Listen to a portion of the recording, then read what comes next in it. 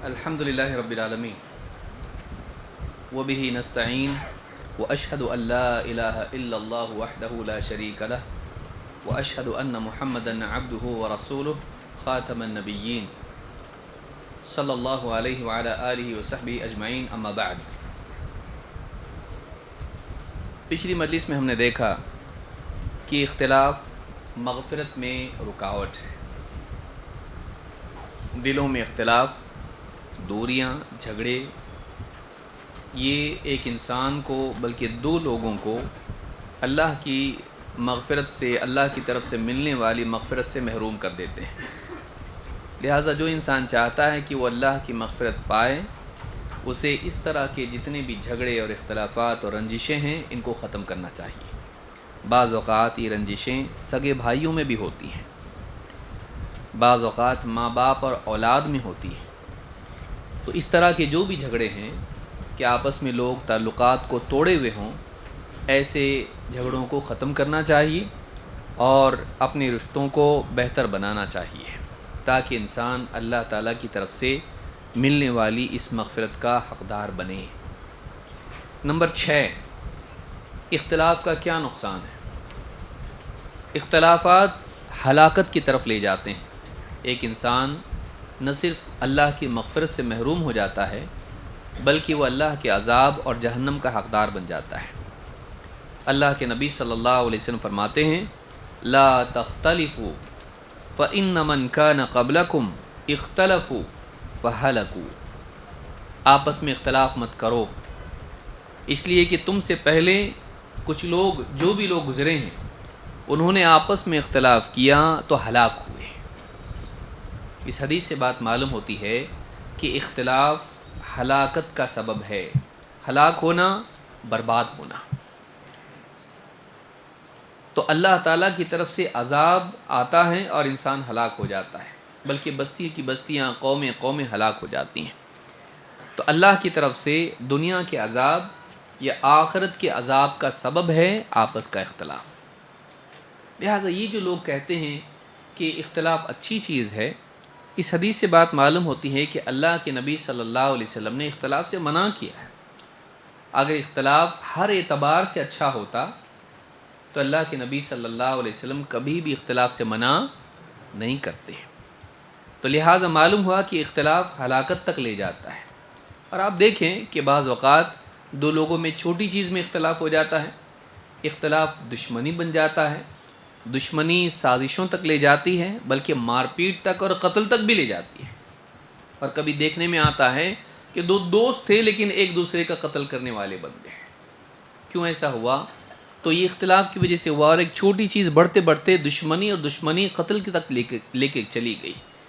تو یہ ہلاکت دنیا میں بھی ہوتی ہے اور کبھی آخرت میں ہوتی ہے. لہٰذا ایک مسلمان کو چاہیے، بلکہ دو مسلمانوں کو، ہر مسلمان کو چاہیے کہ وہ اختلاف سے بچنے کی کوشش کرے. ایسا اختلاف جو خواہشات کی بنیاد پر ہو. آگے ہم اس کی تفصیلات دیکھیں گے کہ اختلاف میں اچھا بھی اختلاف ہو سکتا ہے. صرف اختلاف برا ہی نہیں ہوتا ہے، کون سا اختلاف اچھا ہے اور کون سا برا ہے یہ ہم کو دیکھنا ہے. اللہ کے نبی صلی اللہ علیہ وسلم کی ایک حدیث سے ایک اور بات معلوم ہوتی ہے، 7ویں چیز، کہ شیطان کو اہل توحید کا اختلاف بہت پسند ہے اور وہ مایوس نہیں ہوا ہے. جو لوگ توحید پر آ جائیں، سارے معبودوں کو چھوڑ کے ایک معبود کو مان لیں، شیطان ان کو ایک ہونے نہیں دیتا. تم ایک معبود پر تو جمع ہو گئے لیکن میں تمہارے دلوں کو جمع ہونے نہیں دوں گا، آپس میں دشمن بنا کر تم کو بکھیر دوں گا. اللہ کے نبی صلی اللہ علیہ وسلم کی حدیث سے بات معلوم ہوتی ہے. آپ نے فرمایا ان الشیطان قد ایس ان یعبدہ المصلون فی جزیرۃ العرب ولکن فی التحریش بینہم. شیطان اس بات سے مایوس ہو چکا ہے کہ جزیرۃ العرب میں نمازی یعنی توحید والے اس کی عبادت کریں. شیطان اس بات سے مایوس ہو چکا ہے کہ جزیرۃ العرب میں، جہاں نبی صلی اللہ علیہ وسلم نے شروعات میں دعوت اپنی چلائی اور دعوت چلی، لوگوں نے قبول کیا اسلام کو، وَرَأَيْتَ النَّاسَ يَدْخُلُونَ فِي دِينِ اللَّهِ أَفْوَاجًا. تو کہا کہ شیطان اس بات سے مایوس ہو چکا ہے کہ جزیرۃ العرب میں اس کی عبادت کی جائے، نمازی اس کی عبادت کریں، وَلَكِنْ فِي التَّحْرِيشِ بَيْنَهُمْ، لیکن انہیں آپس میں لڑانے سے وہ مایوس نہیں ہوا ہے. انہیں آپس میں لڑانے سے، یعنی توحید والوں کو جو شرک سے بچتے ہیں، انہیں آپس میں لڑانے سے وہ مایوس نہیں ہوا ہے. اس سے معلوم ہوا کہ شیطان کی محنت کا طریقہ کیا ہوتا ہے. وہ عقائد میں، شرک میں، کفر میں اس طرح سے ایک انسان کو پھنسانے کی کوشش کرتا ہے. اگر اس سے نکل کے آ جائے تو جب ایک توحید والے لوگ جمع ہو جائیں، انہیں آپس میں ایک ہونے نہیں دیتا ہے، کیونکہ ان کا ایک ہونا حق کی دعوت کے چلنے کا ذریعہ بنے گا. اہل توحید کو ایک انسان کے لیے پہلا فتنہ یہ کہ اس کا عقیدہ خراب ہوگا تو ہلاک ہو جائے گا. لیکن عقیدہ صحیح کر کے آیا، صراط مستقیم پر آیا، ہدایت کے راستے پر آیا، صحیح عقیدہ اپنا ایک دم شرک سے بچ گیا، ہلاکت سے محفوظ نہیں. اب دوسرا لیول اس کے لیے. اسی لیے آپ دیکھیں گے کہ اہل توحید جب جمع ہوتے ہیں، بعض اوقات پھر وہ آپس میں لڑ کے اپنی پوری دینداری کو اور اپنی دعوت کو برباد کر دیتے ہیں. کیونکہ یہ اگر جمع ہوں گے تو مل کر جب کام کریں گے تو دوسروں کو شرک سے بچائیں گے، دوسروں کو حق پر لائیں گے. نہیں، ان کو آپس میں لڑاؤ تاکہ یہ اپنی پوری طاقت خیر کے کاموں میں خرچ کرنے کی بجائے آپس میں ایک دوسرے کے خلاف استعمال کریں. لوگ گمراہی میں، شرک میں، کفر میں پڑے رہیں، یا آپس میں لڑتے رہیں اور کام ٹھپ ہو جائے. یہ کوئی تھیوریٹیکل چیز ہے؟ یہ ہم میں سے تقریباً سبھی پریکٹیکلی علاقوں میں دیکھتے ہیں کہ لوگ جب توحید والے، کچھ لوگ شرک سے نکل کے توحید پر آتے ہیں، پھر ان کی ساری انرجی کہاں لگتی؟ ایک دوسرے کے خلاف. آپس میں ایک دوسرے کے خلاف لڑ کر، سازشیں کر کے، عزتیں اچھال کے اور ٹانگ کھینچ کے، اسی میں طاقت لگا کے کریڈٹ، عہدہ، نام، شہرت، اس طرح کی چیزوں کی وجہ سے، کبھی مال بھی آ جاتا اس میں، اس کی وجہ سے کیا کرتے ہیں؟ ایک دوسرے کے خلاف سازشیں کر کے پوری دعوت کو تباہ کر دیتے ہیں. اور بعض اوقات جو بدعات میں، شرک میں پڑے ہوئے ہوتے ہیں، ان کے لیے عبرت بن جاتے ہیں یہ لوگ. اچھا ہم لوگ وہاں نہیں ہیں، یہ دیکھو پہلے تم لوگ سدھرو. سمجھ میں آ رہی بات؟ اس کو یاد رکھیں. تو شیطان اس سے مایوس نہیں ہوا ہے. جن لوگوں کے بارے میں وہ مایوس ہو جائیں، یہ شرک نہیں کرے گا. تو ٹھیک ہے، سٹیپ 2، فارمولا 2، اس کے لیے کیا کرنا ہے؟ اب شرک نہیں کرے گا نا، ٹھیک ہے. تم ایک اللہ پہ جمع ہو گئے، لیکن میں اب تم کو جمع نہیں ہونے دوں گا. پھر وہ اپنے گھر پہ توحید، وہ اپنے گھر پہ توحید، وہ اپنے گھر پہ توحید. مل کے کوئی بڑا کام تم کو کرنے نہیں دوں گا، تم کو بکھیر دوں گا تاکہ اور لوگ ہدایت پر نہ آئیں.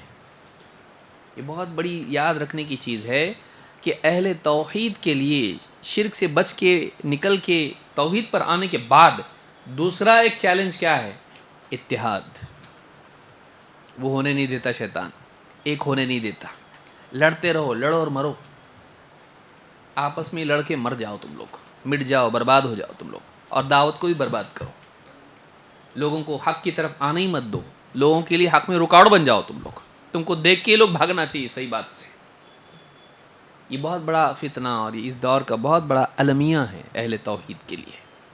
تو یہ چیز بتاتی ہے کہ شیطان کی کوشش کہاں چلتی ہے. ایک آدمی کو شرک میں پڑے رہنے دیتا ہے تاکہ ہلاک ہو جائے. شرک سے نکل گیا اگر وہ، تو ایسے جتنے لوگ شرک سے نکلے ہیں کبھی ان کو ایک ہونے نہیں دیتا. کیوں؟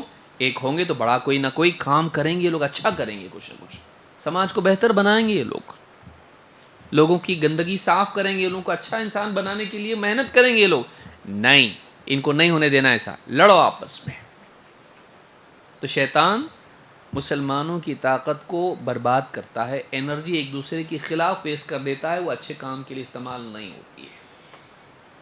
اس حدیث کو امام مسلم نے روایت کیا، جس سے معلوم ہوتا ہے آپسی اختلاف شیطان کو بہت پسند ہے، اور اہل توحید پر وہ سب سے بڑی محنت اسی لائن سے کرتا ہے، اسی میدان میں کرتا ہے، اسی پوائنٹ پہ کرتا ہے.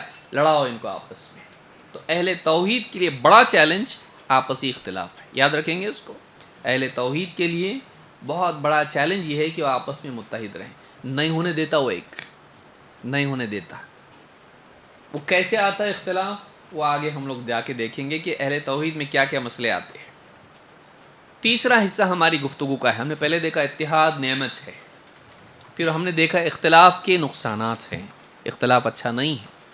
وہ جو حدیث بیان کی جاتی ہے اختلاف امتی رحمہ، میری امت کا اختلاف رحمت ہے، وہ حدیث صحیح نہیں ہے، وہ حدیث صحیح نہیں ہے، بلکہ قرآن و سنت کی تعلیمات سے معلوم ہوتا ہے کہ اختلاف مسلمانوں کے لیے نقصان ہی لاتا ہے۔ وَلَا يَزَالُونَ مُخْتَلِفِينَ إِلَّا مَن رَحِمَ رَبُّكَ، اللہ نے کہا یہ اختلاف کرتے رہیں گے سوائے ان کے جن پر تیرے رب کی رحمت ہو۔ تو اللہ نے یہ رحمت اختلاف والوں کے لیے بتائی ہے یا اختلاف نہیں کرنے والوں کے لیے؟ سوچیے، یہ اختلاف کرتے رہیں گے سوائے ان کے جن پر تیرے رب کی رحمت ہے، تو یہ اختلاف کرنے والوں کے لیے نہیں ہو۔ تو یہ حدیث بالکل ایک تو سند کے اعتبار سے صحیح نہیں ہے، دوسری یہ کہ آیت بھی اس کے سیاق سے دیکھا جائے تو یہ حدیث اس کے بالکل برخلاف ہے۔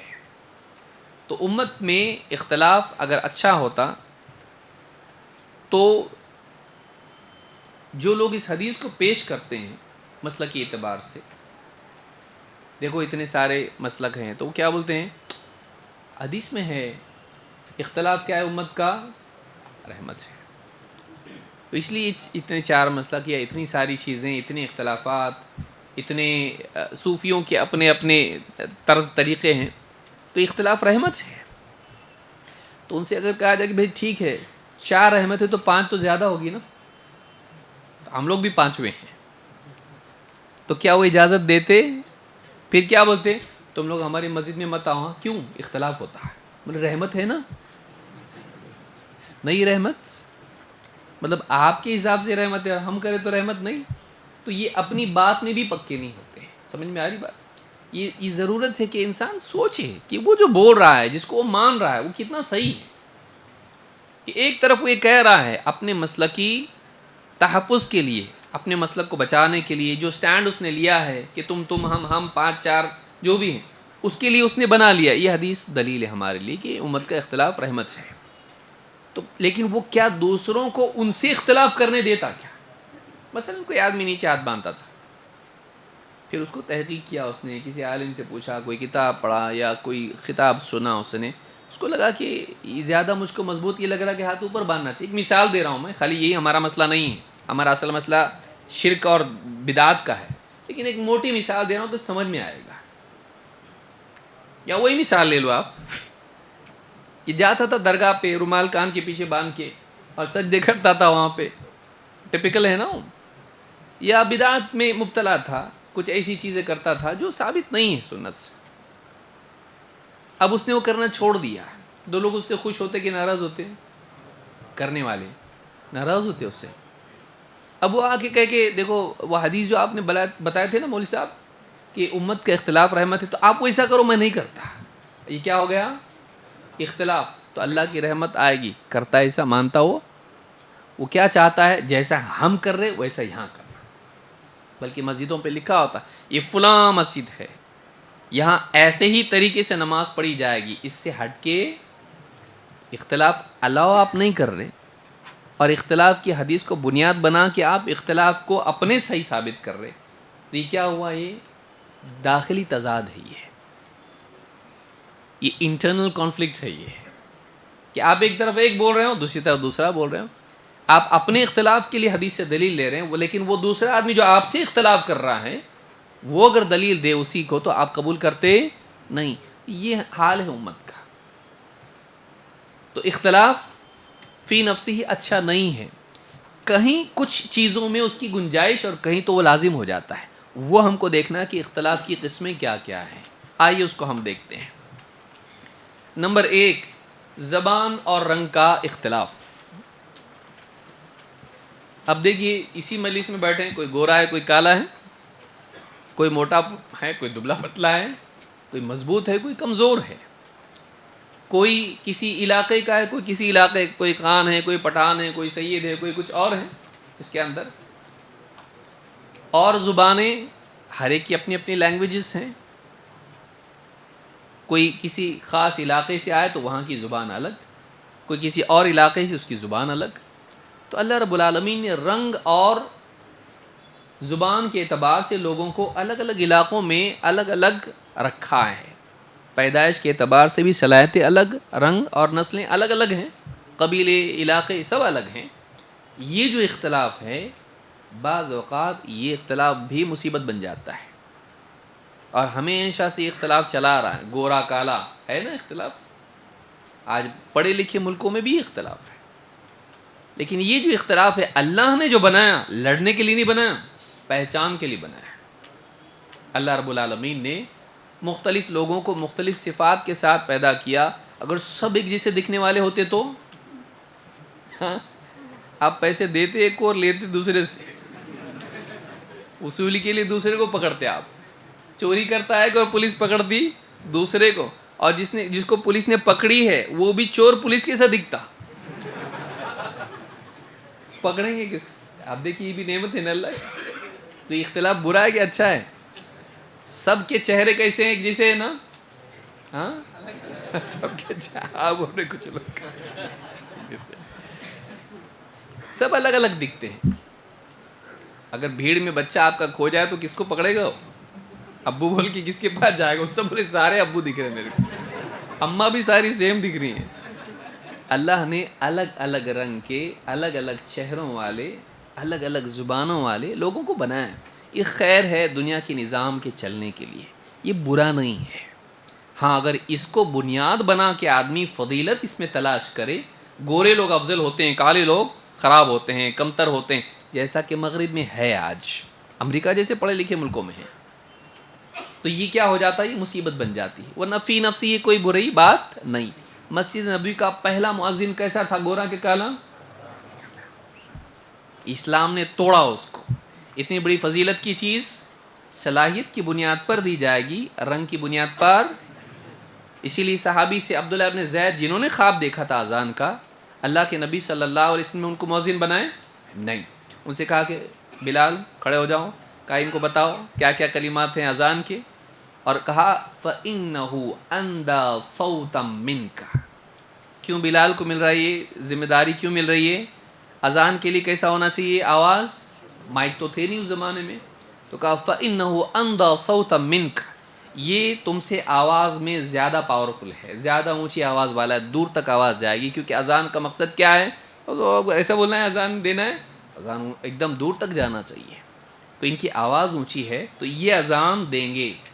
تو جس کی آواز اونچی وہ اذان دے گا. صلاحیت اس میں ہے اگرچہ رنگ کالا ہے.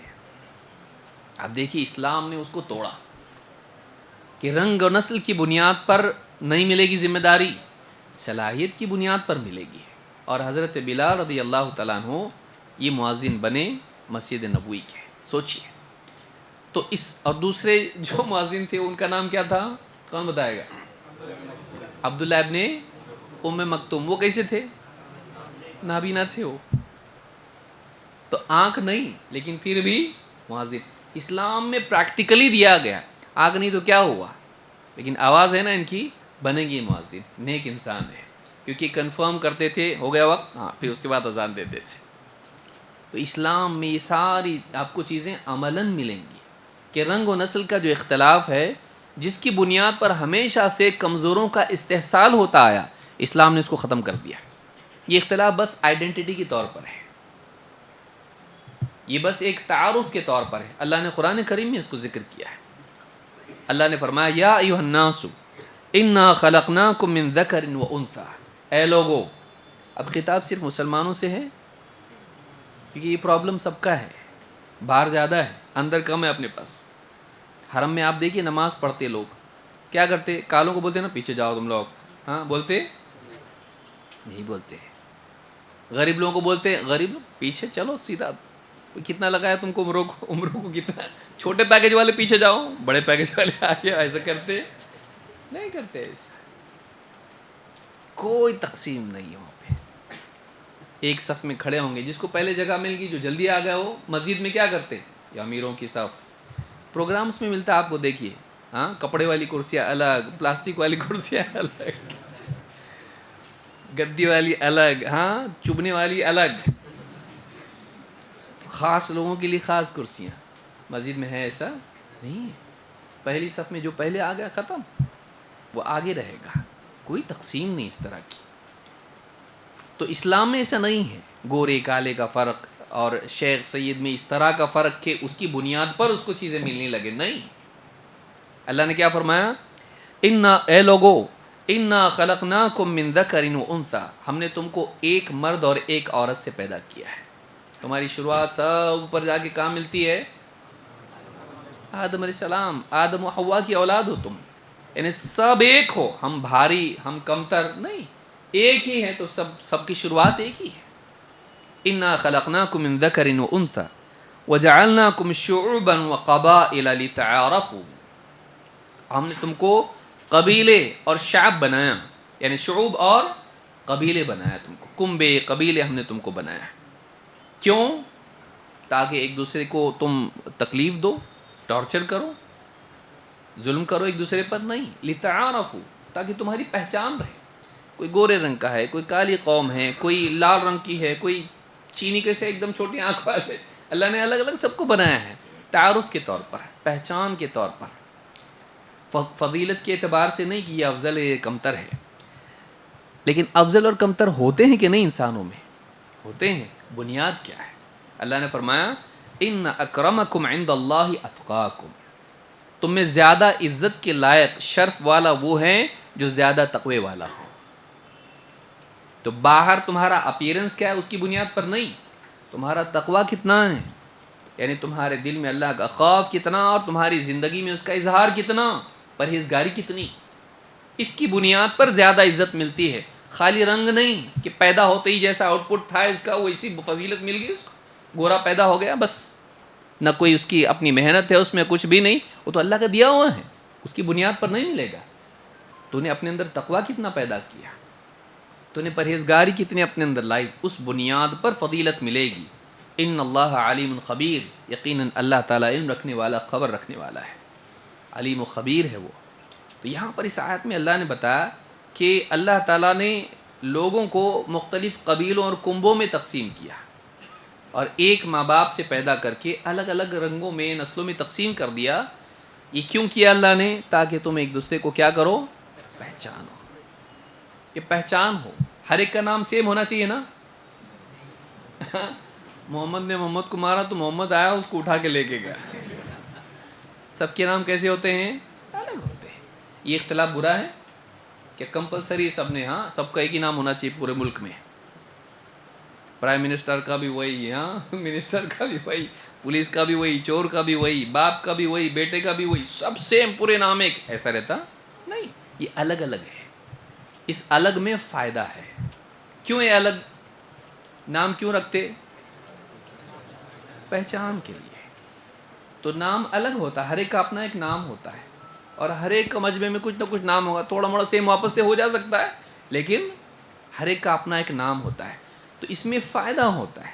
تو اللہ نے اس طرح سے قومیں قبیلے بنائے اور رنگ اور نسل میں تقسیم کیا لوگوں کو، اس لیے نہیں کہ ایک دوسرے پر فضیلت جتا کر ظلم کریں، بلکہ اس لیے کہ ان کی اپنی ایک پہچان ہو، آئیڈینٹی ہو، پہچان لیا جائے کہ یہ فلاں ابن فلاں ابن فلاں، پہچان ہوگی اس کی. اس میں فائدہ ہے، اس میں کوئی برائی نہیں ہے. عرب میں شعب، قبیلہ اور اسی طرح سے عمارہ، بطن اور فخذ اور اس کے بعد فصیلہ، 6 حصوں میں وہ اپنے نسب کو تقسیم کرتے تھے. یہ اللہ نے 2 کا ذکر کیا، بیسک شعوب، اس کے نیچے یعنی قبیلہ آتا ہے، اس کے بعد عمارہ آتا ہے، اس کے بعد میں بطن آتا ہے، پھر فخذ آتا ہے، پھر فصیلہ آتا ہے. تو یہ 6 لیول ہوتے ہیں اس طرح سے. سب سے اوپر کون ہوتا ہے؟ شعب. تو شعوباً و قبائل اللہ نے ذکر کیا. تو خاندانوں میں بانٹا تم کو، قبیلوں میں بانٹا تم کو، تاکہ تم ایک دوسرے کو پہچانو. تو یہ پہلا رنگ کا اختلاف یا قبیلوں کا اختلاف یہ مضر نہیں ہے. کون سے خاندان سے ہیں، فلاں خاندان سے فلاں، کوئی مسئلہ نہیں اس کے اندر، جب تک کہ اس کو ہم فضیلت کی بنیاد نہ بنائیں. بس پہچان کے لیے رہے تو کوئی مسئلہ نہیں ہے. ہر ایک کا اپنا اپنا سرنیم رہتا نا، اپنا اپنا خاندان رہتا، کیا مسئلہ ہے اس کے اندر؟ کوئی مسئلہ نہیں ہے. وہ آئیڈینٹی کے لیے کون سے خاندان سے آئے تم لوگ، اچھا وہ ہیں کیا، ہاں ٹھیک ہے، بس یہاں تک وہ ٹھیک ہے. لیکن ہمارا الف سے شروع ہوتا، تمہارا با سے، تو الف والے افضل ہوئے با والے سے، ہے ایسا نہیں. فضول باتیں ہیں سب. تو اس طرح سے اپنی یوں ہی فضیلتیں جتانا ایک دوسرے پر اس کے لیے نہیں ہے وہ. نمبر 2، اختلاف کی دوسری ایک صورت یہ ہے کہ جس میں گنجائش ہے کہ جہاں قرآن و سنت کو سمجھنا ہو اور اس میں کئی میننگ کی پاسبلٹی ہو اور کوئی صاف دلیل سامنے نہ ہو، تو غور و فکر کر کے علماء کہتے ہیں کہ شاید اس کا یہ مطلب ہو سکتا ہے، شاید یہ مطلب ہو سکتا ہے. اس میں حرج نہیں ہے اگر کسی قرینے کی بنیاد پر انسان اس میں سے وہ مطلب لے. اس کی مثال ہم دیکھتے ہیں. جیسے مفسرین ہوتے ہیں قرآن کی تفسیر میں، وہ مختلف اقوال ذکر کرتے ہیں، حدیث کی تشریح میں مختلف امکانات ذکر کرتے ہیں. تو اس طرح کی پاسبلٹیز اگر ہوں، امکانات ہوں ایک سے زیادہ معنی کے، تو اس طرح سے بیان کرنا جبکہ کوئی صریح دلیل سامنے نہیں ہے تو اس کی گنجائش ہوتی ہے دین کو سمجھنے کے لیے. عبداللہ ابن عباس رضی اللہ تعالیٰ عنہ کہتے ہیں اللہ کے نبی صلی اللہ علیہ وسلم نے فرمایا عرضت علی الامم، میرے سامنے امتیں پیش کی گئیں یا مجھ پر امتیں پیش کی گئیں. فرأیت النبی ومعہ الرہیط، میں نے دیکھا نبی ہے اور نبی کے ساتھ ایک چھوٹی سی جماعت ہے، کچھ لوگ اس کے ساتھ ایمان لانے والے. والنبی ومعہ الرجل والرجلان، اور ایک نبی ایسا دیکھا جس کے ساتھ ایک یا دو ہی آدمی تھے جو اس پر ایمان لائے. والنبی لیس معہ احد، اور ایسا بھی نبی کوئی تھا مجھے دکھایا گیا کہ اس کے ساتھ ایک آدمی بھی نہیں تھا. یعنی اللہ تعالیٰ نے آپ کے سامنے منظر دکھایا تو جس میں کوئی نبی ہے تھوڑے لوگ، ایک دو لوگ، کوئی نبی ایسا کہ اس کے ساتھ ایک بھی نہیں، یعنی اس کا ایک بھی امتی نہیں جو ایمان لایا اس پہ. یعنی سوچئے ایسے بھی انبیاء گزرے ہیں جن پر کسی نے ایمان نہیں لایا. تو مایوس ہونا چاہیے اگر ہماری دعوت کوئی نہیں مانا تو. اذ رفع لی سواد عظیم، تو میں نے دیکھا میرے سامنے ایک کچھ لوگوں کا ایک یعنی مجموعہ ظاہر کیا گیا اور بہت بڑا مجمع تھا وہ. فظننت انہم امتی، تو میرے دل میں بات آئی، میں نے گمان کیا کہ شاید یہ میری امت ہے، شاید یہ میری امت ہے. فقیل علی ھذا موسیٰ وقومہ، مجھ سے کہا گیا نہیں آپ کی امت نہیں ہے، یہ موسیٰ علیہ السلام اور ان کی قوم میں اتنے لوگ ہیں جو ایمان لائے ان کے اوپر. ولکن انظر الی الافق، لیکن آپ دوسری طرف دیکھیے. افق کس کو کہتے ہیں؟ جہاں زمین اور آسمان ملیں، تو آپ اس طرف دور کنارے پر دیکھیے. فنظرت فاذا سواد عظیم فقیل لی انظر الی الافق الاخر، جب میں نے افق کی طرف دیکھا تو مجھے بہت بڑا مجمع دکھائی دیا. پھر کہا گیا اور دوسری جگہ افق پہ دیکھیے، وہاں دیکھیے اور ایک بڑا مجمع مجھ کو دکھائی دیا. فاذا سواد عظیم فقیل لی ھذہ امتک، مجھ سے کہا گیا یہ آپ کی امت ہے. وہاں تو ایک مجمع تھا، یہاں بھی دیکھو وہاں بھی دیکھو، اتنا مجمع آپ کا ہے، یعنی آپ کی امت کیا ہے؟ زیادہ ہے. اور اتنے پہ بس نہیں بلکہ کہا گیا وَمَاهُمْ سَبْعُونَ أَلْفًا، ان کے ساتھ اور 70,000 ہیں، ان کے ساتھ اور 70,000 ایسے ہوں گے يَدْخُلُونَ الْجَنَّةَ بِغَيْرِ حِسَابٍ وَلَا عَذَابٍ، ان کے ساتھ ایسے 70,000 اور ہیں کہ جو جنت میں اس طرح داخل ہوں گے کہ نہ ان کا حساب ہوگا اور نہ ان کو عذاب ہوگا. ثم نہض، پھر اللہ کے نبی صلی اللہ علیہ وسلم مجلس سے اٹھے، فدخل منزلہ، اور کمرے میں چلے گئے، اپنے گھر میں چلے گئے. آپ نے اتنا بتایا اور گھر میں چلے گئے، بتایا نہیں کون. فخاض الناس فی اولئک الذین يدخلون الجنة بغیر حساب ولا عذاب، اب پبلک جو بیٹھی ہوئی تھی، صحابہ بیٹھے ہوئے تھے، وہ آپس میں ڈسکس کرنے لگے کون ہوں گے وہ لوگ، کون ہو سکتے ہیں وہ لوگ جو بغیر حساب کے اور بغیر عذاب کے جنت میں جائیں گے. فقال بعضهم فلعلهم الذين صحبوا رسول اللہ صلی اللہ علیہ وسلم، کچھ لوگوں نے کہا شاید یہ وہ لوگ ہوں گے جو نبی صلی اللہ علیہ وسلم کی صحبت میں رہے، ہو سکتا ہے یہ وہ لوگ ہوں کیونکہ ان کی اپنی خاص فضیلت ہے، تو یہ وہ لوگ ہوں گے جو نبی صلی اللہ علیہ وسلم کی صحبت میں رہے. وقال بعضهم فلعلهم الذين ولدوا في الاسلام ولم يشركوا بالله، دوسروں نے کہا شاید یہ وہ لوگ ہیں کہ جو اسلام ہی میں پیدا ہوئے، جاہلیت میں نہیں بلکہ اسلام آنے کے بعد اسلام میں پیدا ہوئے، اسلامی گھرانے میں پیدا ہوئے اور انہوں نے کبھی اللہ کے ساتھ شرک نہیں کیا. باقی لوگوں میں سے تو ایسے بھی آئے ہیں، پہلے شرک کرتے تھے، پھر اسلام قبول کیا، پھر اسلام میں آئے. یہ لوگ ایک دم پیور کیسے اسلامی گھر میں پیدا ہوئے اسلام آنے کے بعد، اور کبھی انہوں نے شرک نہیں کیا. شاید یہ وہ لوگ ہوں گے کہ نہ ان کا حساب ہے نہ ان کا عذاب ہے.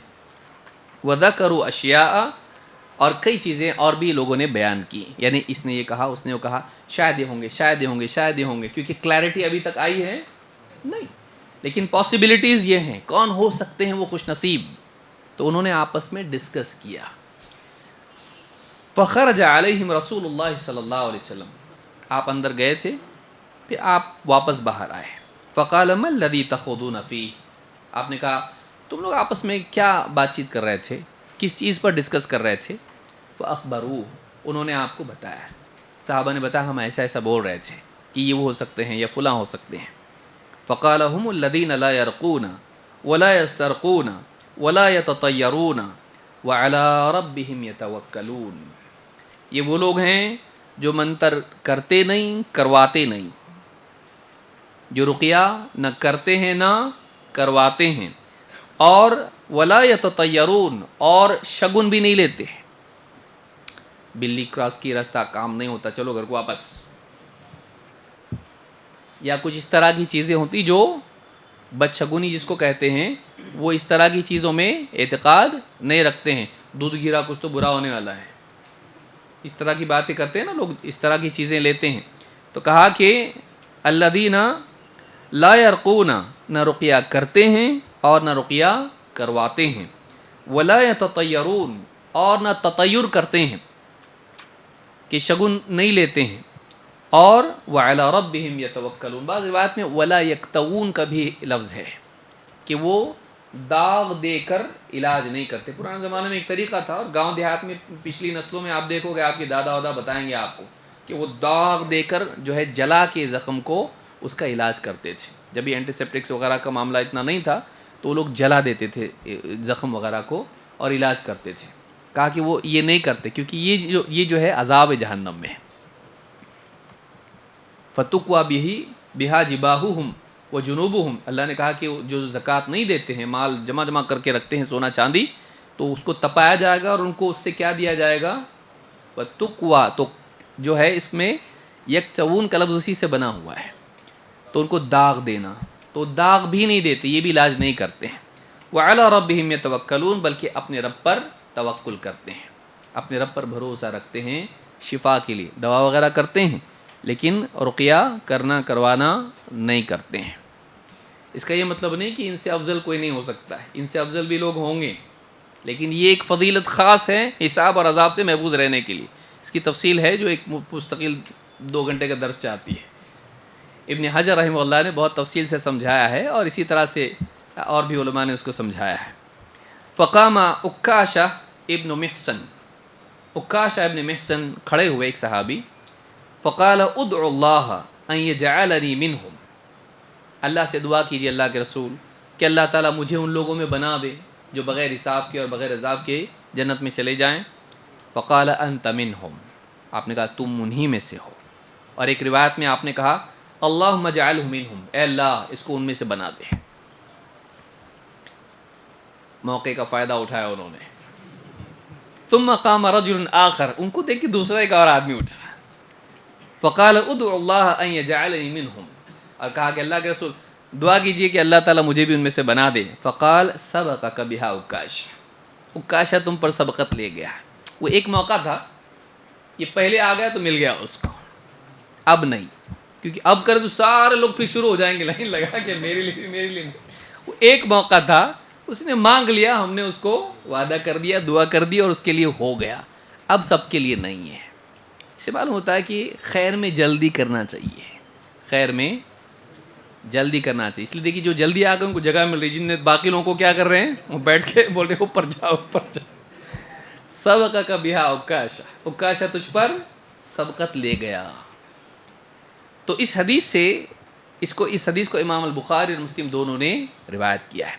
اس میں آپ دیکھیں گے کہ جب آپ نے کہا کہ یہ ایسے لوگ ہیں جو 70,000 لوگ ہیں جو بغیر حساب اور عذاب کی جنت میں جائیں گے، آپ نے بتایا نہیں کون، اور آپ چلے گئے کمرے میں. حاجت سے گئے یا واقعی تربیت کے لیے گئے معلوم نہیں. اب صحابہ آپس میں ڈسکس کرنے لگے. جب آپ واپس آئے تو آپ نے پوچھا کیا بول رہے, تو آپ نے ڈانٹا ان کو, ایسا بات کرتے خود سے کچھ بھی بولے آپ نہیں. تو انہوں نے حدیث کو سمجھنے کے لیے جو امکان, یاد رکھیے اس بات کو, اس لیے بعض اوقات لوگ بولتے یہ حدیث میں اتنے سارے قول بولنے کی ضرورت کیا تھی. نہیں, علماء نے جو کام کیا ہے حدیثوں کی تشریح پر, صحیح بخاری کی شرح لکھی ابن حجر نے, کتنی جلدوں میں لکھی, اس کو 15-20 جلدوں میں لکھا ہے اس کو. تو اب کیوں لکھا انہوں نے, اس حدیث میں یہ بات آئی, اس کا یہ مطلب ہو سکتا ہے, یہ مطلب ہو سکتا ہے, یہ مطلب, تو جو مطلب پاسبل ہے اس طرح سے علماء کے اقوال کو انہوں نے جمع کیا ہے, پھر ان کو بھی جو لگتا ہے انہوں نے ذکر کیا اس کو. تو جس انسان کے پاس قرآن و سنت کا علم ہو, کوئی بات اگر وہ سنتا ہے حدیث کی یا آیت کوئی سنتا ہے پڑھتا ہے, اس کے بارے میں سمجھانے کے لیے اس کے پاس اور کئی باتیں سامنے آتی ذہن میں, وہ عالم کر سکتا ہے. آپ لوگ مت کرو, اپنے کو نہیں کرنا ہے. کچھ نہ کچھ علم انسان کے پاس جب ہوتا ہے وہ غور کر کے بتاتا ہے کہ یہ بھی ہو سکتا ہے, مطلب تو اس میں یہ گنجائش ہے, اس کو غلط نہیں بولنا چاہیے. علماء جو بولتے ہیں نا کہ اس حدیث سے یہ بھی ممکن ہے, اس حدیث کے معنی میں یہ بھی ممکن ہے, یہ بھی ہو سکتا ہے, بولے کیسا بول رہے اپنے دل سے کچھ بھی نہیں. عالم قرائن کی بنیاد پر بول رہا ہے, اس کے پاس کوئی بیس ہے اور اس کی بنیاد پر وہ کئی امکانات بتا رہا ہے کہ یہ بھی ہو سکتا ہے اور یہ بھی ہو سکتا ہے. ایسی کچھ بھی دل سے نہیں بول رہا ہے وہ. تو انہوں نے دیکھا کہ حساب نہیں ہوگا ان کو اور عذاب بھی نہیں ہوگا. عذاب کس کے لیے نہیں ہے, توحید والے کے لیے نہیں ہے. حساب نہیں ہوگا, وہ اسلام میں ہی پیدا ہوئے, جاہلیت کا کوئی عمل ان کا نہیں, کچھ بھی نہیں ہے. تو انہوں نے اپنے ذہن میں جو آیا وہ بولا. نبی صلی اللہ علیہ وسلم نے اس پر ان کو ڈانٹا نہیں.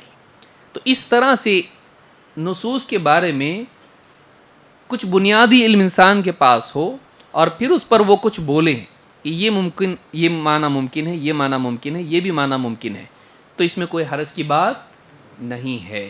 اور علماء کے مختلف اقوال ہوتے ہیں, گھبرانے کی اس میں بات نہیں, کیونکہ یہ صحابہ کی جو مجلس تھی ویسی حدیث کی شروحات میں اقوال آ جاتے ہیں. سمجھ میں آ رہی بات, تفسیر کے اقوال آ جاتے ہیں. بعض لوگ اس کو برا بولتے ہیں, کیا یہ قتادہ یوں کہتے ہیں اور فلاں یہ کہتے ہیں, مجاہد یہ کہتے ہیں, یہ کیا لگا کے رکھا ہے, بس ختم, ہم کو ایک ہی میننگ لینا ہے. نہیں, بعض اوقات انہی میں سے ایک ممکن معنی ہوتا ہے, اور کبھی کبھی تو اکثر وہ سارے معنی جمع ہوتے ہیں, وہ سارے معنی ایک جیسے ہی ہوتے ہیں, جو مختلف پہلو اس کے ہوتے ہیں. اس کا مقام نہیں جو آج ہم اس کو ذکر کریں, اس کے لیے ایک مستقل الگ سے درس کی ضرورت ہے.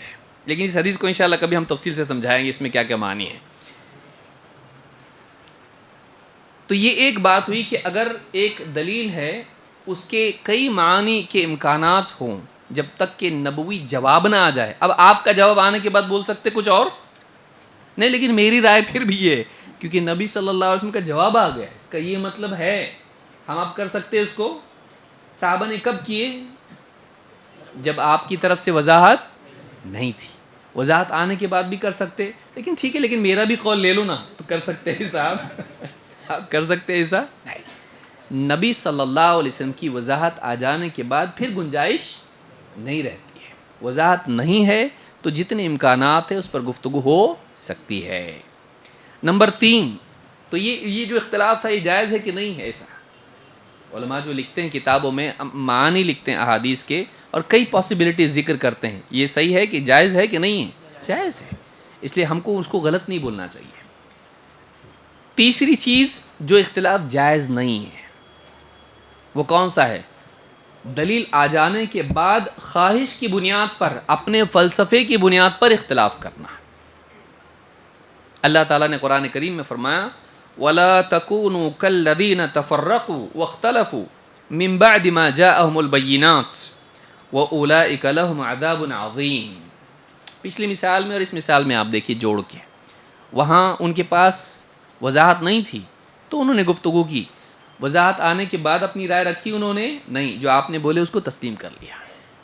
یہاں پہ اللہ نے فرمایا اور ان لوگوں کی طرح نہ ہو جانا جو فرقوں میں بٹ گئے اور اختلاف میں پڑ گئے واضح دلیلوں کے آ جانے کے بعد, واضح دلیل کے آ جانے کے بعد. من بعد ما جاءہم البینات, بینہ کہتے ہیں کھلی اور روشن دلیل کو, کلیرٹی, وضاحت آ جانے کے بعد بھی وہ اختلاف میں پڑے رہے اور بٹے رہے گٹوں میں.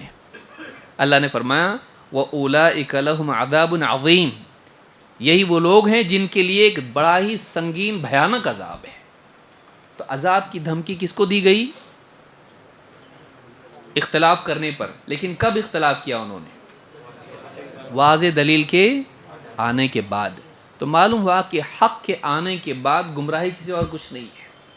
فَمَاذَا بَعْدَ الْحَقِّ إِلَّا الضَّلَالُ، حق کے آ جانے کے بعد پھر گمراہی کسی اور کیا ہے؟ یعنی اگر حق آ گیا اور آپ اس کو اختیار نہیں کیے، کوئی اور راستہ اپنایا آپ نے، تو وہ گمراہی ہے۔ تو بینات کے یعنی دلیل کے آ جانے کے بعد بھی اگر آدمی اختلاف کرتا ہے اس دلیل سے، تو ایسے آدمی کے لیے کیا اللہ نے کہا؟ ایسے لوگوں کے لیے عذاب کی دھمکی اللہ نے سنائی ہے۔ ایسے لوگوں کے لیے بڑا ہی دردناک اور سنگین عذاب ہے۔ تو اس سے معلوم ہوتا ہے کہ اختلاف مذموم جو ہے، برا اختلاف، وہ ہے جو دلیل کے آ جانے کے بعد بھی آدمی اپنی رائے پر قائم رہے۔ دلیل کے آنے کے بعد آدمی کو اپنی رائے پر قائم نہیں رہنا چاہیے، اپنی رائے کو چھوڑ دینا چاہیے، حق کو قبول کرنا چاہیے۔ حق آنے کے بعد حق کو قبول کرنا چاہیے۔ جو ہماری اپنی رائے، ہماری اپنی سوچ، ہمارا اپنا فلسفہ، ہمارے اپنے کچھ رجحانات ہیں، سب چھوڑ دینا چاہیے۔ لیکن اکثر ایسا ہوتا نہیں۔ آدمی کے سامنے دلیل آتی، لیکن میرے نزدیک یہ ہے، لیکن میری رائے یہ ہے، مجھے یہ اچھا لگتا ہے، میرے نزدیک یہ غلط ہے۔ نہیں، کتاب و سنت کے آ جانے کے بعد، حق کے آنے کے بعد، واضح دلیل آنے کے بعد پھر اجازت اور گنجائش نہیں رہتی کہ آدمی اپنی رائے پر باقی رہے۔ اللہ نے قرآن کریم میں فرمایا وَمَا كَانَ لِمُؤْمِنٍ وَلَا مُؤْمِنَةٍ إِذَا قَضَى اللَّهُ وَرَسُولُهُ أَمْرًا أَن يَكُونَ لَهُمُ الْخِيَرَةُ مِنْ أَمْرِهِمْ، کسی مومن مرد کے لیے، کسی مومنہ عورت کے لیے ہرگز بھی اس بات کی گنجائش نہیں کہ اللہ اور اس کا رسول کسی معاملے میں فیصلہ دے دیں اور پھر بھی ان کے پاس اس معاملے میں اختیار، چوائس باقی رہ جائے۔ اب چوائس رہتی ہے آنے کے بعد، بھئی یہاں جانا کہ یہاں جانا، نہیں یہ راستہ زیادہ صحیح لگ رہا، نہیں بھائی میرے کو یہ زیادہ صحیح لگ رہا۔ اب اللہ کی طرف سے آ جائے کہ یہ راستے پہ جاؤ، پھر بول سکتا آدمی نہیں نہیں مجھ کو یہی صحیح لگ رہا، کر سکتا آدمی نہیں، وہ جہنم کا راستہ ہے۔ اللہ کی طرف سے، رسول کی طرف سے جب حق آ جائے، رہنمائی آ جائے، تو پھر اپنی رائے پر آدمی عمل کر سکتا نہیں۔ ان یکون لهم الخیرۃ من امرهم، خیرہ چوائس، آپشن، کہ میری چوائس یہ ہے، مجھے یہ زیادہ صحیح لگتا ہے، نہیں کر سکتے ہم لوگ۔ آج بدقسمتی سے آپ دیکھیے، ایک طبقہ ہے جسے مان لیجیے رفع الیدین کا مسئلہ، ایک موٹی مثال دے رہا ہوں میں اس کی۔ آدمی کیا کہتا ہے؟ چاروں امام برحق ہیں۔ اب ایک آدمی دیکھتا ہے کہ امام شافعی رفع الیدین کرتے ہیں، مولوی صاحب سے آگے پوچھتا ہے کوئی مولوی صاحب سے، وہ رفع الیدین صحیح کہ غلط ہے مولانا؟ بولتا ہے صحیح ہے۔ چاروں امام برحق ہے؟ ہاں۔ تو امام شافعی رفع الیدین کرتے وہ صحیح کہ غلط ہے؟ تو صحیح ہے۔ تو کیوں کیسا کہ صحیح؟ بولے سب نبی صلی اللہ علیہ وسلم کی ادائیں ہیں جو اللہ تعالیٰ نے اماموں کے ذریعے محفوظ کر دی، تو وہ بھی سنت ہے، وہ بھی صحیح ہے۔ ہاں،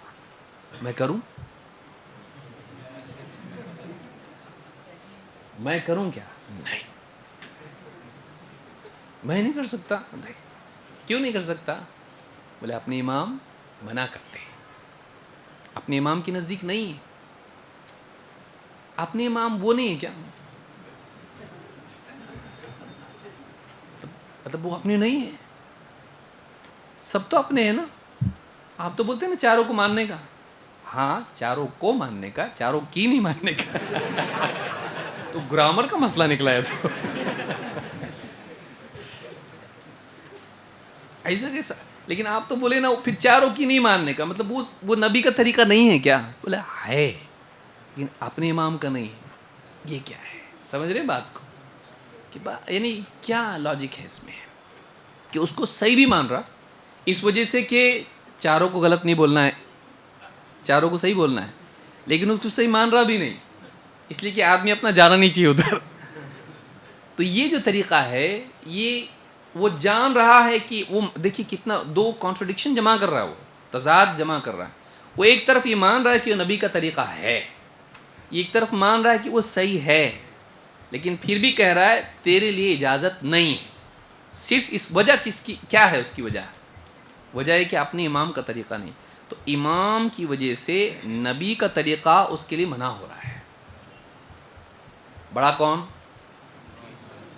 امام کے نبی. نبی امام کا محتاج ہے؟ امام نبی کی دلیل کا محتاج ہے؟ تو آپ دیکھیے کہ وہ نبی کے طریقے کو رد کر رہا ہے یا ناقبول کر رہا ہے یا ممنوع قرار دے رہا ہے، جبکہ یعنی نبی کا طریقہ اصل ہے اور اس کو صحیح بھی مان رہا ہے.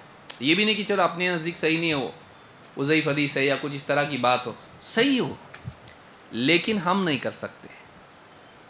تو یہاں پر چوائس آپ کے پاس ہے کیا؟ کہ ہے نبی کا طریقہ لیکن نہیں کرنے کا. آپ کو اختیار کس نے دیا کہ آپ منع کریں؟ آپ کو کسی نے اختیار دیا ہے کہ نبی کے طریقے سے آپ لوگوں کو منع کریں؟ کیسے کر سکتے آپ؟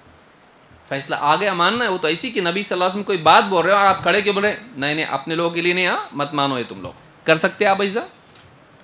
نبی کس کے لیے؟ قوم کے لیے، قبیلے کے لیے یا پوری امت کے لیے؟ پوری امت کے لیے. تو آپ نے کیسا اپنے لوگوں کو بول دیا نہیں اپنے لیے نہیں ہے؟ یہ کیسا بول سکتے آپ ایسا؟ نہیں بول سکتے آپ ایسا. لیکن بدقسمتی سے آج ایک بڑا طبقہ مسلمانوں کا اس کمی میں، ایک اس قسم کی بیماری میں مبتلا ہے، اور بعض اوقات وہ سوچتا بھی نہیں کہ میں کیا کر رہا ہوں. ٹھیک ہے اس کے پاس ایک دوسری دلیل ہو، اس بنیاد پر وہ بول رہا ہو، سمجھ میں آتا ہے، ترجیحات کی وجہ سے یا اس کو صحیح نہیں مانتا ہو، اگرچہ غلطی پر ہے لیکن پھر بھی ہم کہہ سکتے ہیں کہ صحیح نہیں مانتا اس لیے تو نہیں منع کر رہا نا، اس کو نہیں معلوم ہے غلط نہیں ہے یہ، لیکن وہ غلط سمجھ رہا ہے اس لیے منع کر رہا ہے. لیکن صحیح مانتے ہوئے منع کرنا یہ نہیں سمجھ میں آتا ہے کہ وہ صحیح ہے، بالکل ثابت ہے، کوئی اس میں غلطی نہیں ہے، لیکن ہم لوگ نہیں کر سکتے اس کو کیونکہ ہم حنفی ہیں، ہم فلاں ہیں، ہم شافعی، ہم حنبلی، ہم مالکی، نہیں کر سکتے ایسا. تو یہ اختیار ہمارے پاس نہیں ہے. حق آ گیا اس کو ماننا چاہیے. تو یہاں پر اللہ نے کہا کہ ان لوگوں کی طرح مت ہو جانا کہ جو اختلاف میں پڑ گئے، فرقوں میں بڑھ گئے. کھلی دلیلوں کے آنے کے بعد، دلیل نہیں تھی، معلوم نہیں تھا، سمجھ میں آتا ہے بھائی ہم کو معلوم ہی نہیں تھا، پہلے سے ہم ایسے ہی کرتے آ رہے، باپ دادا کر رہے تھے، اس لیے نہیں معلوم تھا ہم کو یہ صحیح ہے یا یہ غلط ہے.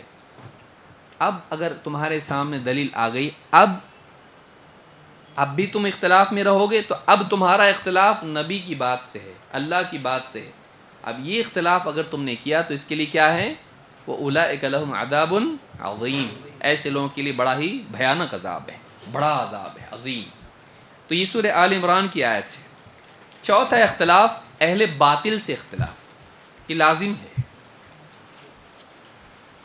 آپ نے دیکھا پہلا اختلاف وہ تو نیچرل اختلاف ہے، چہرے الگ، ہاں نام الگ، تو اس میں کوئی پرابلم نہیں ہے، اس کا اپنا ایک فائدہ ہے. لیکن اب جڑاؤ پیدا ہو گئے تو غلطی ہو گئی نہیں، وہ چلتا ہو نہیں بھی ہو بھی کوئی فرق نہیں پڑتا اس سے، وہ ایک الگ چیز ہے، گنجائش ہے اس کی. دوسرا اختلاف وہ ہے، اور رائوں کا اختلاف ہوتا ہے، ایک ہی نص کے سمجھنے میں الگ الگ باتیں بول رہے ہیں، دلیل آنے سے پہلے، حق آنے سے پہلے، وضاحت سے پہلے.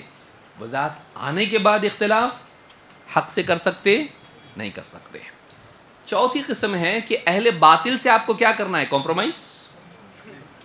ہاں کوئی علاقے میں آدمی آنکھ کھولا، دیکھا سارے خرافات میں مبتلا ہے، بولے اختلاف منائیں، شیخ صاحب بولے تھے اپنے کو، ہاں فلانی درس میں میں نے سنا تھا اختلاف نہیں کرنا، سارے بدعات خرافات سب کر رہے ہیں، کیا کریں گے آپ؟ ان کے ساتھ ہو جائیں گے اس وجہ سے کہ اختلاف نہیں کرنا ہے. صحیح ہے؟ سو رہے کی جاگ رہے ہیں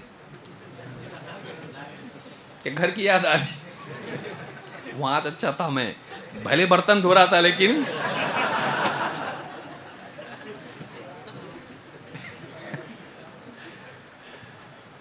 کہ یہ ایسا پاؤں سمیٹ کے بیٹھنا تو نہیں تھا، پاؤں پھیلا کے دھوتا تھا میں اچھے سے. چوائس ہوتی تھی، گرم پانی سے دھو، ٹھنڈے پانی سے دھو. ہاں یہاں تو کچھ بھی چوائس نہیں ہے، یہاں تو پیچھے سے ہمیشہ آگے ہٹو آگے ہٹو بول رہے. بیوی ایسا بھی نہیں بولتی مجھ کو، جہاں بیٹھ کے دھونا ہے دھو، ہاں کچن میں، سارا کچن باتھ روم آپ کا ہے. وہ اختلاف جو حق کے یعنی اہل باطل سے جو اختلاف ہے یہ لازم ہے. آپ ان کی ہاں میں ہاں ملا سکتے نہیں. غلط بات کے ساتھ اتفاق نہیں کیا جائے گا. تو یہ جو باتیں ہم کہہ رہے ہیں کہ اختلاف برا ہے، اس کا اپنا ایک سینیریو ہے، اس کی اپنی ایک جگہ ہے. لیکن کچھ جگہ ایسی ہے جہاں آپ کو اختلاف کرنا پڑے گا. آپ غلط کے ساتھ اتفاق نہیں کر سکتے، اس کو بھی یاد رکھنا ضروری ہے. جیسے اللہ تعالیٰ نے قرآن کریم میں فرمایا، بسم اللہ الرحمن الرحیم، قل یا ایھا الکافرون لا اعبد ما تعبدون ولا انتم عابدون ما اعبد ولا انا عابد ما عبدتم ولا انتم عابدون ما اعبد لکم دینکم ولی دین. یہ کلمہ برات ہے، کلمہ اجازت نہیں ہے. تمہارے لیے تمہارا دین، ایسا ہے یہ، تمہارے لیے تمہارا دین، میرے لیے میرا دین ہے، میں اس پہ آنے والا نہیں. سمجھ میں آ رہی بات؟ اللہ نے فرمایا اے کافروں، قل یا ایھا الکافرون، کافر جو انکار کرے اسلام کا، حق کا، توحید کا، ایمان کا. قل یا ایھا الکافرون، اے انکار کرنے والو، اے کفر کرنے والو، لا اعبد ما تعبدون، میں عبادت نہیں کرتا جن کی تم عبادت کرتے ہو، ولا انتم عابدون ما اعبد، اور نہ تم اس کی عبادت کرتے ہو جس کی میں عبادت کرتا ہوں. تم کسی اور کی بات کرتے ہو، میں کسی اور کی بات کرتا ہوں، میں اللہ کی کرتا ہوں، تم بتوں کی کرتے ہو. ولا انا عابد ما عبدتم، اب یہ میں، ولا انا عابد، میں عبادت نہیں کرنے والا، ما عبدتم، جس کی اب تک تم عبادت کرتے آئے ہو، میں فیوچر میں بھی اس کی عبادت کرنے والا نہیں. ولا انتم عابدون ما اعبد، اور جس کی میں کرتا ہوں اس کی تم بھی نہیں کرنے والے، یا تم بھی نہیں کرتے ہو. لکم دینکم ولی دین، جب ایسا ہے تو تمہارے لیے تمہارا دین، میرے لیے میرا دین. تو یہاں کیا بتایا جا رہا ہے کہ ٹھیک ہے میں جیسا تم کرتے ویسا کرتا ہوں، ایسا ہے نہیں. اس میں برات کا کلمہ ہے، تمہارے لیے تمہارا دین، میرے لیے میرا. سیم ہو سکتا نہیں، میں تمہارے اس پہ نہیں آ سکتا. تو عقیدے کے معاملے میں، حق اور باطل کے معاملے میں اتحاد نہیں ہو سکتا ہے، باطل سے اتحاد نہیں ہو سکتا ہے. کہ کوئی آپ کو شرک کی دعوت دے رہا ہے، بھائی یہ پورے علاقے میں ایسے ہی چلتا ہے، آپ کہاں سے نیا لائے، سعودی عرب جا کے آئے آپ وہاں پہ، اب یہاں کے آپ بول رہے ہیں سب شرک ہے، شرک ہے، شرک ہے، بدعت بدعت بدعت. یہ پورے علاقے میں ایسا ہی چلتا ہے، تیرے ابا بھی ایسا کرتے تھے، دادا بھی ایسا کرتے تھے، تو بھی ایسا ہی کر. تو آپ کیا بولیں گے؟ بھائی جب سب آپ لوگوں نے طے کیا ہے اور آپ لوگوں کی رائے یہ ہے تو میں بھی کل سے، بولیں گے آپ ایسا؟ آپ ان کے ساتھ ایڈجسٹ وہاں ہو سکتے نہیں. تو غلط چیز پر اتفاق اور اتحاد نہیں ہو سکتا ہے، خاص کر کے عقیدے کے باب میں، شرک اور کفر کے معاملے میں نہیں ہو سکتا. اگر ایسا ہوتا تو نبیوں کا اختلاف ہی نہیں ہوتا قوموں سے. سارے نبی اس قوم میں پیدا ہوتے ہیں، پھر قوم کو بولتے ایسا نہیں کرنے کا. تو نبی کیا کرتے؟ پھر قوم کے جیسے ہو جاتے، بھئی اختلاف نہیں کرنا آپ نے کو. ہوا ایسا؟ سارے نبیوں کا اور قوموں کا جو اختلاف ہوا ہے وہ اسی وجہ سے کہ قوم ایک کام کر رہی تھی اور نبی نے آ کے کہا ایسا نہیں، میں الگ چلوں گا. لیکن نبی اپنے دل سے چلتے ہیں نہیں، کدھر سے چلتے ہوں؟ اللہ کے بتائے ہوئے علم میں چلتے ہیں. تو اب معاملہ نبی اور قوم کا ہی نہیں رہا، اللہ اور قوم کا ہو گیا کہ جس نے خالق، جس نے پیدا کیا، جس نے رہنمائی دی، اور قوم اپنے دل سے کسی بھی چیز پر چل رہی ہے. وحی کے مقابلے میں لوگوں کے رسم و رواج، لوگوں کی عقل، لوگوں کا اپنا اجتہاد، لوگوں کی اپنی رائے اور فلسفے وحی کے مقابلے میں نہیں چلیں گے. اب اگر کوئی چل رہا ہے ویسا، تو آپ کے پاس جب علم ہے، آپ علم کو چھوڑ کے لوگوں کی رائے پر نہیں چل سکتے. آپ حق کو چھوڑ کے گمراہی کے راستے پر نہیں چل سکتے، صرف اس وجہ سے کہ اتحاد ہو جائے. بعض اوقات آدمی کرتا ہے ایسا، بات تو صحیح ہے لیکن ابھی سب بول رہے ہیں جھگڑا ہو جائے گا، اختلاف ہو جائے گا، تو چلو جیسا وہ بول رہے ہو ویسا کرو، چلو درگاہ پہ جائیں گے. آپ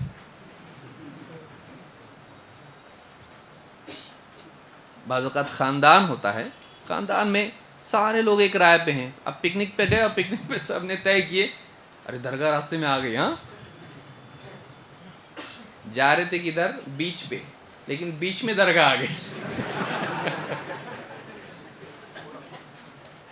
اب سب کی رائے ہو گئی گاڑی کے اندر، یہ جائیں گے بابا کے پاس، یہ بڑے بابا ہے. اب یہ بولے میں نہیں مانتا اس کو. اب یہ بھی منیمم کیا ہو گیا یہ مائنورٹی میں آ گیا یہ.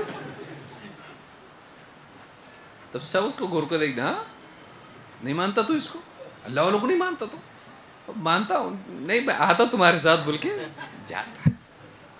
اب وہ لوگ بھی کیا کرتے, اب جب لائے ہیں تو پورا فائدہ اٹھا لو, اسی کو بولتے چڑھا ناریل بھی تو پھوڑ سب بھی تو کر, ہمارا نمائندہ بن جا. پریشر میں آ کے کیا کرتا ہو صاحب, یہ وہ پریشر نہیں کہ مار ڈالیں گے, یہ صرف ایسا ہلکا پھلکا پریشر ہے پیار والا.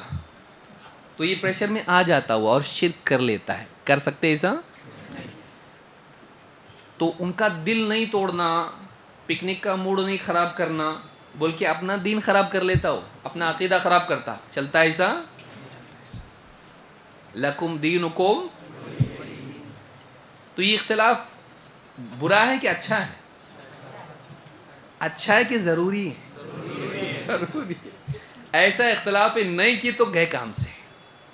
تو نبی صلی اللہ علیہ وسلم کو ان لوگوں نے پیشکش کی تھی, ایک سال تم ہمارے معبود کی بات کرو, ایک سال ہم تمہارے معبود کی کریں گے, یعنی خالص توحید کے ساتھ اللہ کی بات, پھر تم بتوں کی بھی کرنا. آپ نے مانے اس کو نہیں, یہ پروپوزل آپ نے ریجیکٹ کر دی ہے. تو حق کے مقابلے میں آپ گمراہی کے راستے کو اپنا کر اتحاد کر سکتے نہیں کر سکتے. بعض اوقات سیاسی ایجنڈا کے تحت کر لیتے لوگ, اول امت کے مسائل بہت بڑے بڑے, اپنے کو اسلامی حکومت قائم کرنا ہے, اس کے گلے میں تعویذ ہے, ہاں یہ کنڈے کرتا, وہ فلانا کرتا, اور ابھی اپن بولیں گے نا کوئی بھی آئے گا نہیں اپنے پاس. لوگوں کو اگر یہ حق وہ حق, یہ سنت یہ بدعت شرک یہ کرتے نہیں, اس سے بڑا ایک اپنا گول ہے توحید قائم کرنے کا. اپنے کو کیا کرنا ہے, ایک گورنمنٹ آنا چاہیے, خلافت لانا ہے اپنے کو. تو اس کے لیے ابھی جزئی فروعی مسائل, اپن اس کو فروعی اور جزئی کی سپیلنگ بھی معلوم نہیں رہتی, تقسیم بھی معلوم نہیں ہوتی, اصول اور فروع کیا ہے. لیکن وہ کیا کرتا ہے, لوگوں کو جمع کرنے کو اور سیاسی کام کرنے کو اتنی پرائرٹی دیتا ہے کہ پھر عقیدے میں سارے کمپرومائزز کر لیتا ہے. کسی کو ٹوکتا روکتا نہیں ہے, وہ اختلاف نہیں کرتا ہے صرف اس وجہ سے کہ ہم کو ایک پولیٹیکل گین ہم کو چاہیے, ہمارا پولیٹیکل ایک کام ہے. اور اس وجہ سے آپ دیکھیے کہ جو جدھر ہے ادھر ہی رہ جاتا. جبکہ حدیث میں کیا ہے, صحابی اللہ کے نبی صلی اللہ علیہ وسلم کے پاس کہا, ایک آدمی اس لیے لڑتا ہے کہ مال غنیمت حاصل کرے, ایک اس لیے لڑتا ہے کہ اس کا نام ہو, ایک قبیلے کی وجہ سے لڑتا ہے, ان میں سے کون اللہ کے راستے میں ہے؟ تو آپ نے کہا جو اس لیے لڑے کہ اللہ کا کلمہ غالب ہو وہی اللہ کی راہ میں ہیں. من قاتل لتکون کلمۃ اللہ ہی العلیٰ فہو فی سبیل اللہ. تو اللہ کا کلمہ ہی تو چھوڑ کے جمع کر رہا سب کو, ہاں توحید والا تو ہے ہی نہیں معاملہ, تو شرک کو ایڈجسٹ کر رہا ہے توحید کو غالب کرنے کے لیے. تو مطلب آن دا وے شرک کو ایڈجسٹ کر رہا ہے منزل پہ پہنچنے کے لیے توحید کی, اور شرک کی گاڑی میں بیٹھ کے جا رہا ہوں, وہ توحید کی منزل پہ پہنچائے گی تو اس کو. اس لیے اکثر اس طرح کی تنظیمیں جتنی ہوتی ہیں جو سیاسی اور فلاحی قسم کی تنظیمیں ہوتی ہیں, اس میں تو تیرے دین پہ میں میرے دین پہ, لیکن دوست اور ہم سب مل کے ایک یعنی قوم کا کام کریں گے, ملت کا کام کریں گے, اور پھر وہ حکومت لانے کے لیے کام کریں گے, اور اس کو کافر بولیں گے اس کو کافر بولیں گے, لیکن اس کے شرک کو ایڈجسٹ کریں گے. سوچیے, جو آپ کے سیاسی فکر سے مطابقت نہیں رکھتا ہے اس کو آپ کافر بول دو, فلانی حکومت کافر, فلانی علماء کافر. کیوں؟ اسلامی نظام نہیں لا رہے. اسلامی نظام توحید سے ہٹ کے ہوتا ہے. اسلامی نظام کی ریڑھ کی ہڈی توحید ہے. آپ توحید کو ہی نکال دیے, بغیر ریڑھ کی ہڈی کا آدمی لے کے کہاں گھومیں گے آپ گود میں؟ بتائیے آپ. توحید نہیں ہے وہاں پہ, توحید میں آپ کمپرومائز کر رہے ہیں اور اسلامی نظام آپ لائیں گے, کیسے ہو سکتا ہے؟ تو ان کو خود دین معلوم نہیں ہوتا ہے, ان کو صرف سیاست معلوم ہوتی ہے. کیونکہ ان میں سے اکثر کا حال یہ ہوتا ہے کہ علماء کے ساتھ بیٹھے ہوئے نہیں ہوتے, کیونکہ علماء کو اس لائق بھی نہیں سمجھتے ہو کہ ان کے ساتھ بیٹھے, کیونکہ ان کا سارا جو معلم ہوتا ہے وہ انٹرنیٹ ہوتا ہے. ابھی تو چیٹ جی پی ٹی بھی آیا, آپ لوگ اس سے بھی ڈر رہے ہیں. ہاں, ابھی نیا حال یہ ہے کہ ایک اے آئی جو ہے اس نے پوری کمپنی کے ریکارڈ ہی ڈیلیٹ کر دیا, پورے, پوچھا بھی نہیں پورے ریکارڈ ڈیلیٹ کر دیا اس نے. اور پورے فیک جو ہے اس کے سارے فیک ریکارڈز لا کے اس میں ڈال دیا. کمپنی کو معلوم ہی نہیں کیا ہوا ہے, بعد میں معلوم پڑا سب گڑبڑ ہوئی ہے. سوچیے آگے کیا ہونے والا ہے. آگے ابن سیرین کا قول آپ کو یاد رکھنا پڑے گا, ان ھذا العلم دین فانظروا امن تأخذون دینکم, یہ علم دین ہے, دیکھ لو کس سے لے رہے ہو. ورنہ آپ کو سنائی دے گا کہ فلاں عالم کی آواز ہے لیکن ان کا فتویٰ نہیں ہے, وہ اے آئی سے جنریٹ کیا ہوا آڈیو ہے, بلکہ ویڈیو بھی ہے, گوگل پہ بنا ہوا ہے. ایسا لگ رہا ہے کہ فلاں عالم بول رہے ہیں, اور 4K میں شیخ ابن عثیمین کا 4K تو تبھی نہیں تھا, ہاں 4K نہیں تھا تبھی, تو پکا ہے. تو 4K میں ان کا ویڈیو کیسا آ سکتا ہے, اور وہ بھی فرانس میں. ہاں یہ بنایا ہوا ہے, بنایا ہوا. تو آپ دیکھیے بھولے بھالے نہیں رہنا. ایسا کوئی بھی ویڈیو آیا اس کو دیکھیں کہ تو اچھا ہے نا, فارورڈ کر دیے, نہیں کرنا ہے ایسا. دیکھنا چاہیے کہ یہ آتھینٹک ہے کہ نہیں. آتھینٹک ہے کہ نہیں آپ دیکھیں گے. کیسا دیکھیں گے؟ ایک ہی طریقہ ہے اس کا, آتھینٹک جگہ سے آیا کہ نہیں آیا. اتنا کام آپ کیوں کرتے چیک کرنے؟ آپ کیا کرتے اتنا باریک سے چیک کرتے؟ چپ چاپ ڈاکٹر بولا وہ دوا کھاتے آپ. عالم آپ کو معتبر جگہ سے علم آیا اس کو آپ لیجیے. تو یہ ایک طریقہ ہے, ورنہ آدمی گمراہ ہو جائے گا موجودہ دور میں. تو اہل حق سے یعنی اہل باطل کا اختلاف ہمیشہ رہے گا. تو آپ اتفاق یہاں نہیں کر سکتے. سمجھ میں آ رہی بات؟ آپ یہاں آپ بولو گے نہیں بھائی لڑنا جھگڑنا نہیں, اختلاف نہیں کرنا, ٹھیک ہے مار پیٹ آپ مت کیجیے, لیکن آپ اپنا موقف چھوڑ کے غلط کو صحیح بولنے لگ جائیں آپ بھی گمراہ ہو جائیں گے. آپ یہاں اتفاق نہیں کر سکتے. یہاں اتحاد کی بنیاد پر آپ غلط کو صحیح ہے, صحیح کو غلط نہیں بول سکتے, صحیح کو چھوڑ نہیں سکتے. آپ کو اپنا سٹینڈ رکھنا پڑے گا, یہ صحیح ہے, ہم اس کو چھوڑ نہیں سکتے. اس کو یاد رکھیے. تو اللہ کے نبی صلی اللہ علیہ وسلم نے کیا فرمایا؟ لیس منا من تشبہ بغیرنا, وہ ہم میں سے نہیں جو ہماری بجائے دوسروں کی مشابہت اختیار کرے. کیا یہاں آپ نے یہ کہا کہ جو جہاں ہے ویسا ہو جائے؟ کہا آپ نے نہیں, کیونکہ اختلاف ہو جائے گا. نہیں, آپ نے کہا وہ ہم میں سے نہیں جو ہماری بجائے دوسری قوموں کی مشابہت اختیار کرے. آپ نے فرمایا لا تشبہوا بالیہود ولا بالنصارى, تم یہود کی مشابہت اختیار مت کرو, تم نصارہ کی مشابہت اختیار مت کرو. یعنی ہم کو اہل اسلام کے طور طریقے کو اپنانا ہے, یعنی نبی صلی اللہ علیہ وسلم اور سلف کے, صحابہ کے. ہم دوسری قوموں کی رسم و رواج اپنے دین میں نہیں لا سکتے, اپنی زندگی میں نہیں لا سکتے. ہم کو ان سے ہمیشہ الگ رہنا پڑے گا, ایک نہیں ہونا ہے. کیا کرنا ہے؟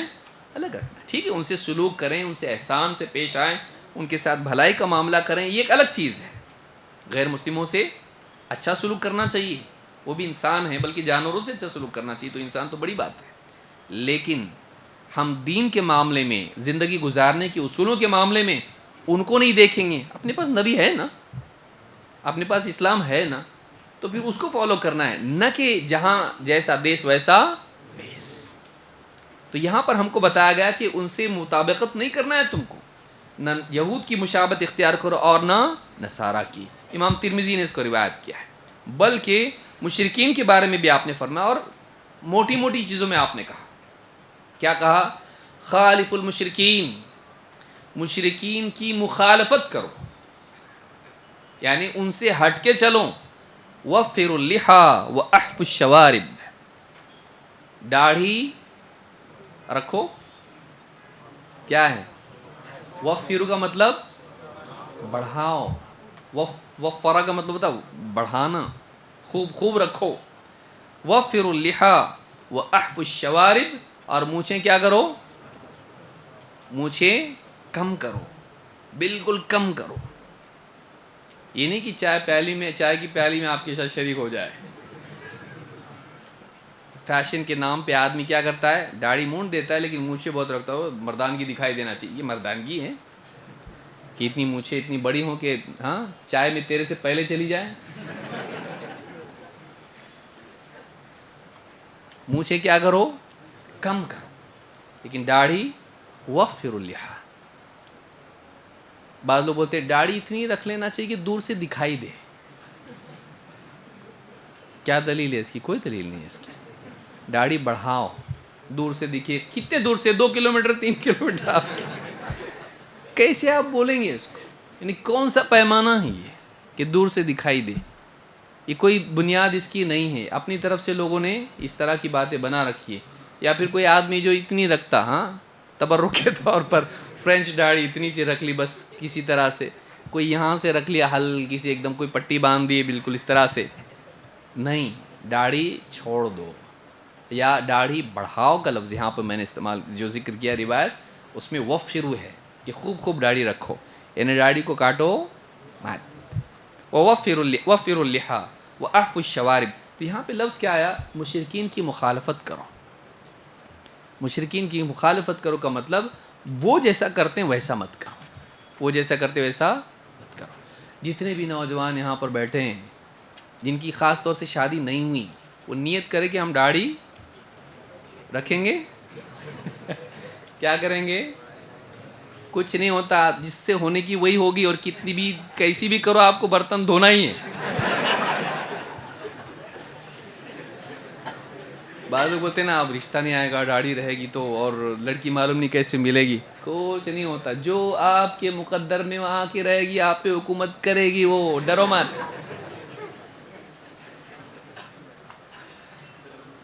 تو اس کے لیے آپ رکھ لو داڑھی، جو ملنا ہے وہی ملے گا آپ کو.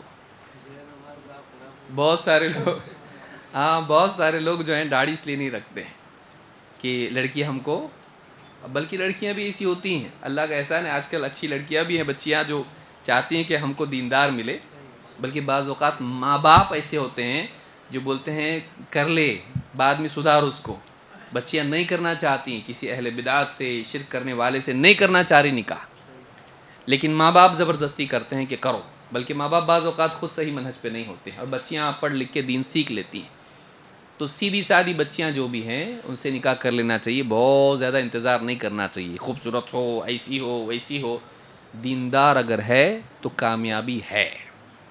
خاص کر کے نوجوان سے بول رہا، جن کی ہوئی ان کو نہیں بول رہا میں، کہ آپ تو گھر پہ جا کے بولیں. ہاں بولے تو دیندار سے نکاح کرو، مجھ کو بولیں. آپ کو نہیں بول رہا میں، جن کی نہیں ہوئی ان کو بول رہا ہوں میں. ہاں، فاظفر بذات الدین تربت یداک. تو دیندار سے نکاح کر کے کامیاب ہو جا. تو کامیابی کس میں ہے؟ دیندار سے. بچیاں ہماری بیٹھی ہیں، پھر بعض اوقات یہ ہوتا کہ 1 سے 2 بچیاں اگر ہیں، باپ بوڑھا ہیں، بچی بولتی کیا کروں میں گھر میں بیٹھ کے، پڑھی لکھی ہوں. میں جاب کرتی تاکہ آسانی سے گھر کا خرچہ چلے یا میرے نکاح کے لیے جمع ہو جائے. پھر جاتی وہ جاب کے لیے، وہاں جانی ہاں اس کو ملتا، راہل ملتا اس کو. پھر دونوں ایک ساتھ کام کرتے، پھر قریب آتے، پروجیکٹ پہ کام کرتے، دوسرا ہی پروجیکٹ بن جاتا ہو. کتنی بچیاں مرتد ہو جاتی ہیں، کتنی بچیاں مرتد ہو جاتی ہیں اس وجہ سے کہ اب اتنا قریب آ چکی ہے اور اتنا غلطیاں ہو چکی ہے کہ واپس سے ریٹرن جانے کی گاڑی نہیں ہے. آگے ہی جانا ہے، اب پیچھے نہیں جا سکتے. کیا کریں گے بتائیے؟ کیوں نوبت آئی ہے؟ کیونکہ ہمارے ماں باپ لڑکوں کے کیا بول رہے ہیں؟ اتنا دہیج آنا چاہیے، ایسے گھر کے ہونا چاہیے، ایسی بہو ہونا چاہیے کہ سارا خاندان دیکھ کے اشش کرے، ایک دم خوبصورت ہونا چاہیے، پیسے والا ہونا چاہیے، دبنگ لوگ ہونا چاہیے ایک دم. ایسا آپ کرو گے بچیاں مرتد ہوں گی. دیندار بچی ہے، سیدھی سادی ہے، گھر گرستی چلا لیتی ہے، نماز روزہ کر لیتی ہے، پردہ کرتی ہے، اللہ سے ڈرتی ہے، حلال کھانے کے شوق اس کو ہے، آپ کو بھگاتی نہیں حرام کی طرف. نکاح کر لو. بڑھاپا ویسے بھی خوبصورتی چھین لیتا ہے. کتنے دن تک رہے گی خوبصورت ہو؟ اور خوبصورت رہے گی. اگر خوبصورت نہیں بھی رہی، بااخلاق رہے گی تو آپ کی عزت بچائے گی. ورنہ خوبصورت ہے لیکن بد اخلاق ہے، آپ کو دنیا میں بھی ذلیل کرے گی، آخرت میں بھی ذلت کا ذریعہ بنے گی. دیندار بچیوں سے نکاح کیجئے. اور 50 شرطیں مت رکھیے، پوری لسٹ لے کے جاتی، یہ ہونا یہ ہونا یہ ہونا. تیرے اندر ہے کیا؟ آئینے کے سامنے کھڑا ہو تو اس کو بھی خراب لگتا،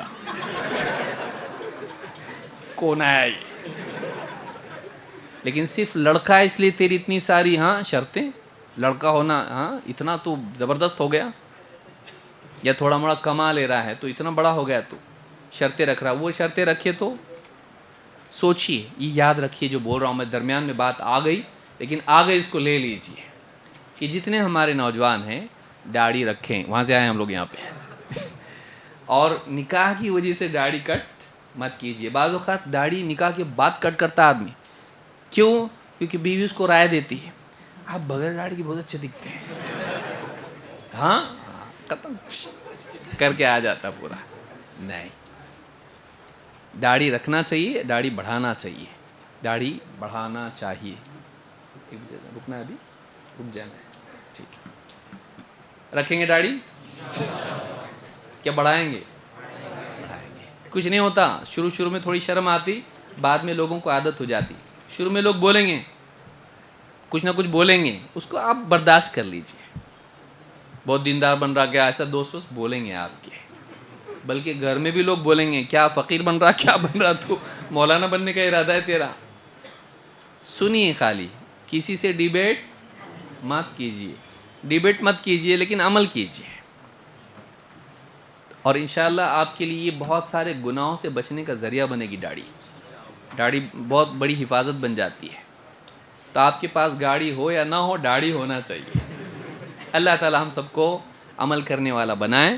مزید باتیں انشاءاللہ ہم آنے والی مجلس میں دیکھیں گے کہ علمی اختلافات جو ہوتے ہیں ان کا حل کیا ہے، دلوں کا اختلاف ہوتا ہے اس کا حل کیا ہے، پھر اس کے بعد علماء کا اختلاف اور ہم کو کیا کرنا چاہیے۔ اس طرح سے ہم مختلف مجالس میں انشاءاللہ اس چیزوں کو دیکھیں گے۔